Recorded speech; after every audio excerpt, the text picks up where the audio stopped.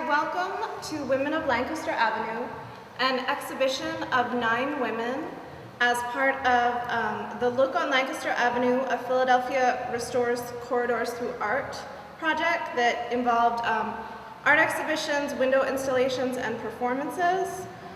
Community partners include Drexel University, the University City District, and the People's Emergency Center, who was generous enough to donate this space to us for the exhibition. The website for the project is lancasteravenuearts.com, and you can see all of the other windows installations and galleries installations that are up and down Lancaster Avenue as part of this project. This show features work from Maria Anasazi, Wendy Graves Papadopoulos, Mandy Katz, Liddy Lindsay, myself, I'm Bonnie McAllister, Virginia Maximowitz, Rebecca Rose, Ellen Tiberino, and Anna Uribe. And the show opened on September 30th, and it will run until October 29th. We have regular gallery hours, Wednesdays 5 through 9, and Saturdays 12 through 6, through the month of October. And this is a temporary gallery space donated to us by the People's Emergency Center, or the PEC. I wanted to start off with the poem that came to me when I found out that I was going to be involved with this project. My grandfather is from West Philly, so he plays a little bit in this poem, and this was the sign, the Women of Lancaster Avenue, the Rodeo Drive of West Philadelphia, that actually hung not too far from here. And I'm going to read the poem that is inspired by this sign. And the actual sign is hanging in a window in one of the galleries on 3800 block of Lancaster. Lancaster Avenue, the Rodeo Drive of West Philadelphia. The southeast corner of 39th Street bears a blue sign, Lancaster Avenue, the Rodeo Drive of West Philadelphia. My grandfather shot these streets during the turn of the century. He might never have crossed a bridge if the L had not carried him. My grandmother always asked if I'd made it as far as the White Horse. Her West Philly was never colorized, frozen in her snapshots.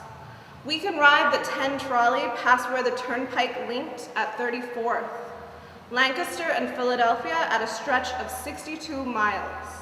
They called it the Lincoln Highway, numbered it Route 30. Raised their kids on produce and local meats, tipped their barber with advice. The apothecary still stands, patients wait in front, pedestrians cross against traffic, cars block traffic lanes. It seems like more of an obstacle course than a motorway these days. Corner churches share space with boards on storefront.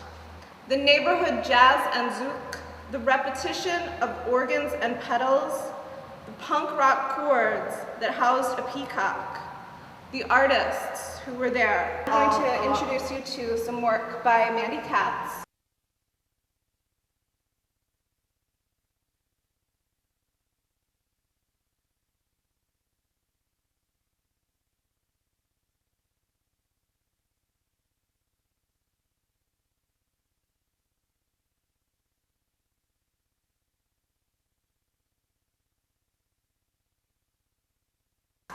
Who, along with Justin Durr, her band, played Geb the Great Cackler at our opening, which was really great, and we had a huge turnout, and we're thankful to everyone who came out.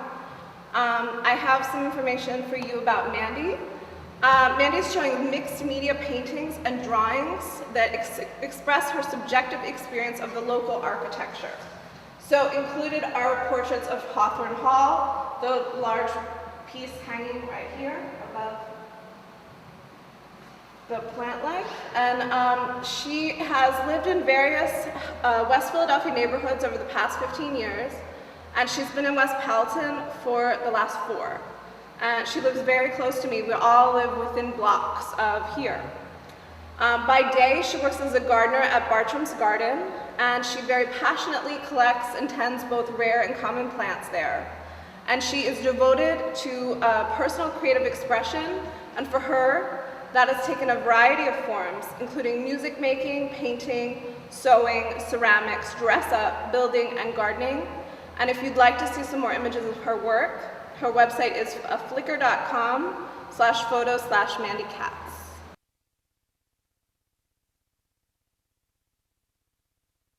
I'm very excited to present to you my own work in this show. There are 9 women, and we all live in the neighborhood. And I am a member of the Women's Caucus for Art, so that's why it identifies me as a WCA member, and that's a national organization that was formed in 1972 in Philadelphia to promote women in the arts, and there is one other exhibiting WCA member who I'll point out to you. I work in oil, watercolor, film, theater, mixed media. I explore a lot of different mediums. I recently have shown work. This piece in the middle was shown at the Delaware Art Museum. I've shown recently in Mexico, and New Jersey, and in Missouri. I was lucky enough to study with some really rock star professors when I went to the Sorbonne in Paris, such as Jacques Derrida, Agnes Varda, Hélène Cixous. I won a Fulbright in 2009, and I studied in Ethiopia. And as a poet, I'm thrilled to say that I'm a Pushcart Prize nominee. And I live in Saunders Park, which some people call West Palatine, and it's right around the corner.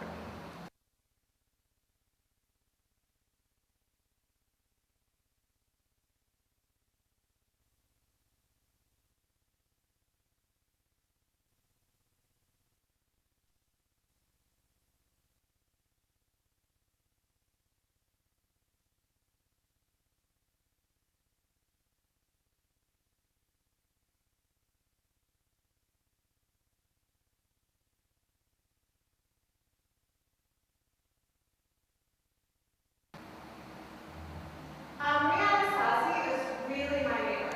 She lives almost behind my house, 2 blocks away. And she's an artist who works in sculpture, installation, video, and performance. She's had solo exhibitions at the Delaware Center for Contemporary Art, Arlington Arts Place, and Pyramid Atlantic. And she's been included in many group exhibitions in the US and Europe. And through her art, she interacts and transforms materials that are remnants of our collective history by adding personal meaning to them, she writes.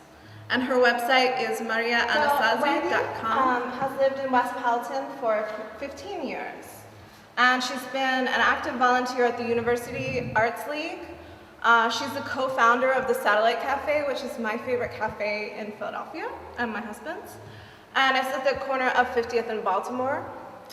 And her current work is the hand-dyed natural fabrics, which are assembled into blankets, which we demonstrated to you the topographical map, which was a hand-dyed fabric.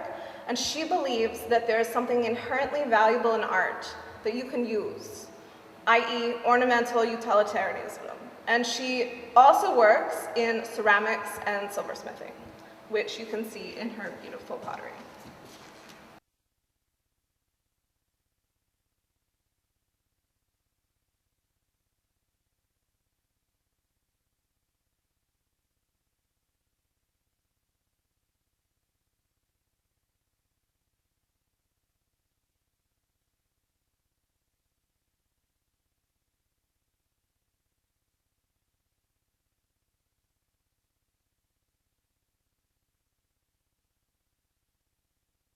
This is a piece called Regional Bedrock, which is by Wendy Graves Papadopoulos.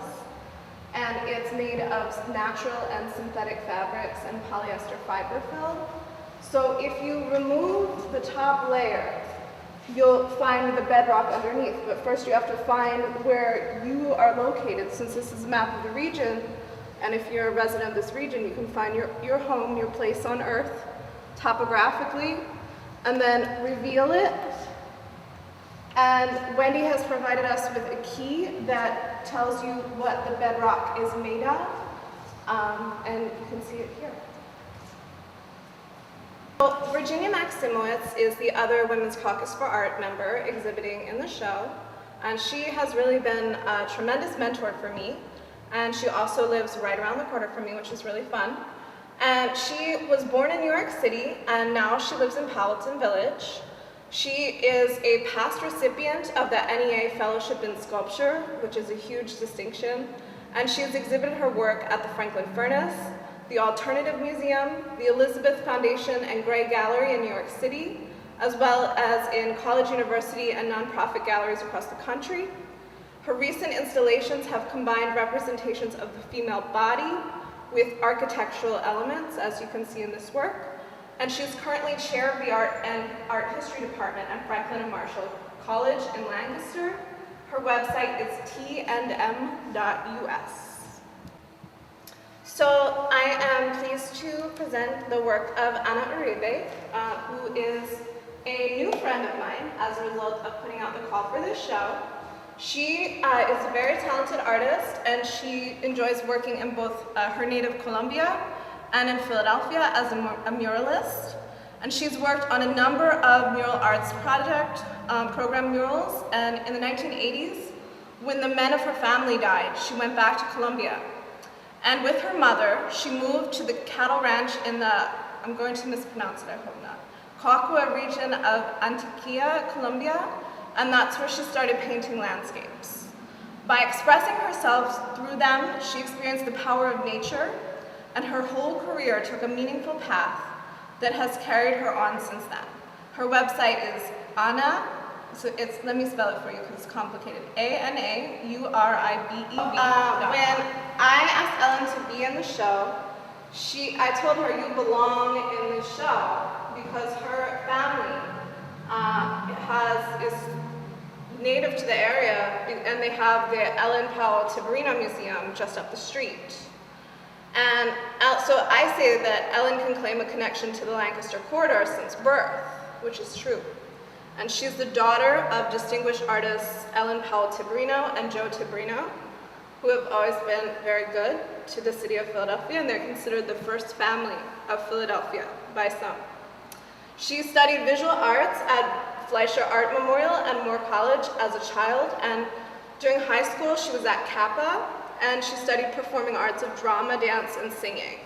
Over the past 5 years, as well as teaching, she directed her main energies to sculptural relief glasswork, mural, and easel size. And she's worked with artist Joseph Brenman, who is a good friend of ours, and Gail Groniger-Scuderi on different mosaic mural projects and the Community Peace Pole project, which is a project between the Ellen Powell Tiberino Museum and the West Park Cultural and Opportunity Center, where students affix clay masks to a pole in mosaic.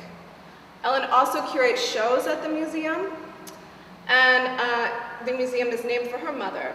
And she has executed 2 major murals there, which are called And Still I Rise and Tomorrow's a New Day. She's currently working on several smaller mosaic pieces for upcoming shows. The website for the family is tiberinomuseum.org. So this is some work by Rebecca Rose, who is a portrait painter, sculptor, and the director of the RMFAC Studio Gallery, located just up on Spring Garden, her works of art are inspirational on quality and exceptional detail. She has met many presidents, and she is known for the bust that she did, which you can view through the glass windows of this gallery, of Dr. Martin Luther King Jr., which she did. It's extraordinary. She studied under Miss Rose Washington Metzger, who was known for her work during the Harlem Renaissance. And she has created commissions, which, as I mentioned, the bronze bust, it's actually designated a Pennsylvania State Historic Marker. And it was launched by the Hub Coalition in 2008 as a public art project. Her website is complicated, but it's www.wix.com/Rebecca_Rose/RMFA. So the last artist of my neighbors and artists of the women of Lancaster Avenue is Miss Liddy Lindsay, who has been living and working in Powelton Village, just around the corner from me, since 1987. She graduated from Tyler in 1976, and then from 78 to 83, she was lucky enough to live in Perugia, Italy. And while there, she studied decorative painting and fine art. Since returning to Philadelphia in 1983, she's had a decorative painting business with many clients, including the Reading Terminal Market, Winterthur and Ebenezer Maxwell Mansions, and Liddy also designed the mural, which was on the corner of Baring Street and Saunders Avenue in Powelton Village, which I could see from the end of my street. And her website is liddylindsay.com. So thank you very much for coming to Women of Lancaster Avenue. We're happy to have you, and we are here through October. And our artists are very busy creating new work, so make sure to check out their web links and see what projects are coming up for them. And we very much thank Drexel University, the City of Philadelphia, the People's Emergency Center, and University City District for sponsoring this project. Thank you.